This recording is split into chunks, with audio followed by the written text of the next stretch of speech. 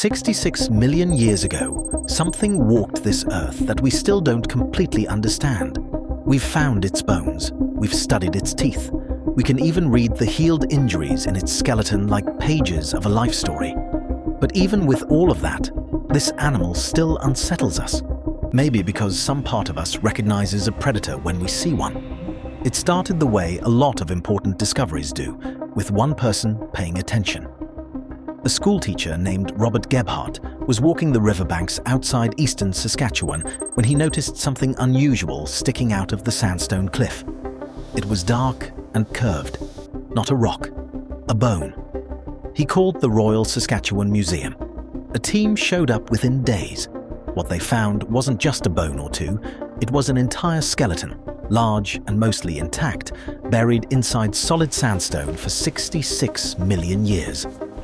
That first night, the team celebrated with a bottle of Scotch whiskey.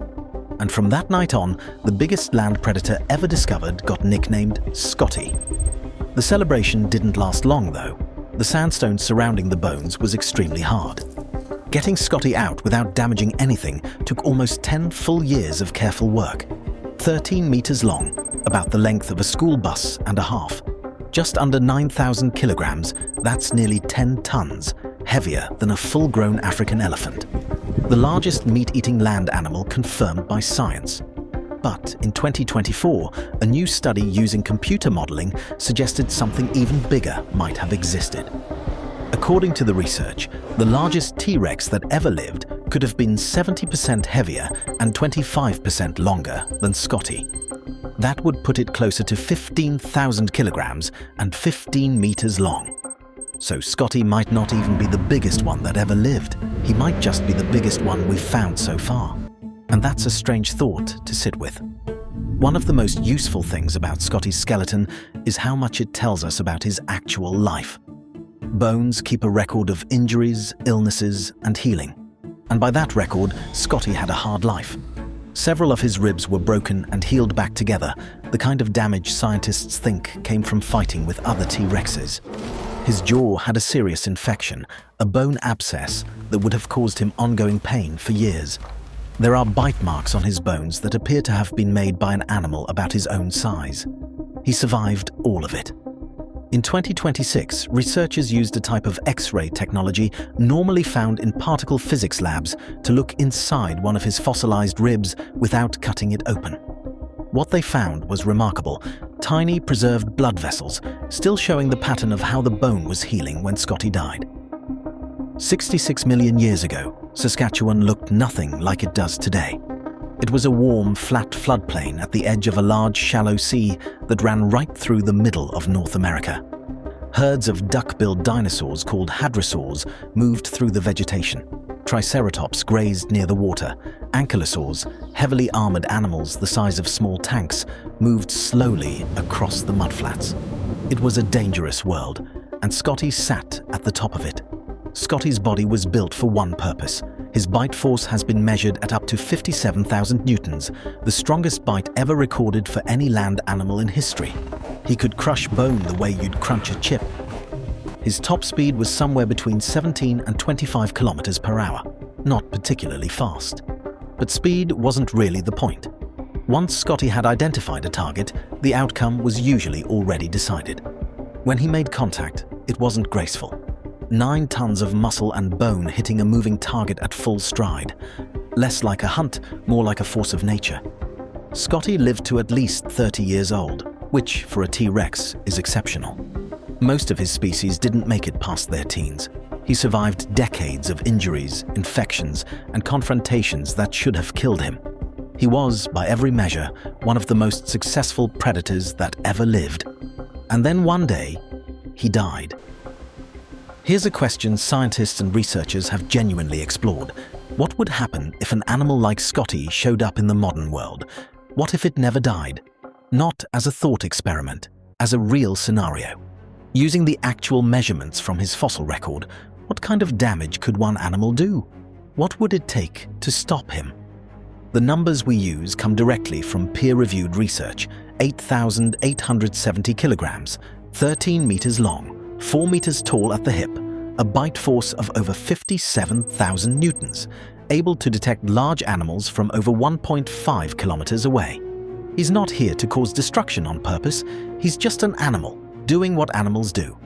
That's almost the whole problem. In the first hour, the area within about 2 kilometers of Scotty becomes dangerous. There aren't many people out here, this is rural Saskatchewan, but there are farms, roads, and thousands of livestock. Scotty isn't going after people first, he's going after cattle, which to him look like the large prey animals he knows. He feeds the way the fossil record shows, consuming bone and all. The sound of his jaws closing on bone can be heard from 800 meters away. A farmer working his fields 3 kilometers out shuts off his tractor to listen. He can't identify what he's hearing. By the time anyone in authority understands what's happening, Scotty has already moved on. By the end of the first hour, roughly 200 cattle are gone. Scotty is already heading southeast. The Canadian military mobilizes within 6 hours of the first confirmed reports. The immediate problem they face is a practical one. Standard weapons don't work well on an animal built like Scotty. The regular infantry rifle, used by militaries around the world, fires rounds that penetrate about 8 centimeters into a ballistic testing medium. The thickest parts of a T-Rex skull are denser than that. Those bones evolved specifically to handle enormous mechanical stress. Small arms fire is unlikely to reach anything vital. The military's best option is heavy artillery, large-caliber direct-fire weapons that can deliver enough force to be lethal. In open ground, that's workable. But Scotty doesn't stay in open ground. He follows river valleys, the same kinds of low, sheltered corridors that fossil evidence suggests T-Rexes used 66 million years ago.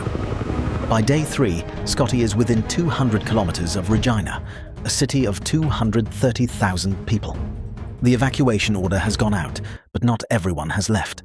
Regina is surrounded by completely flat, open prairie in every direction. There are no mountains or canyons to slow him down or create a natural barrier. The city is exposed. Something people don't think about is what it actually feels like when an animal this size is nearby. There's no dramatic roar to warn you. What you notice first is a vibration in the ground. Faint at first, then stronger. Building foundations pick it up.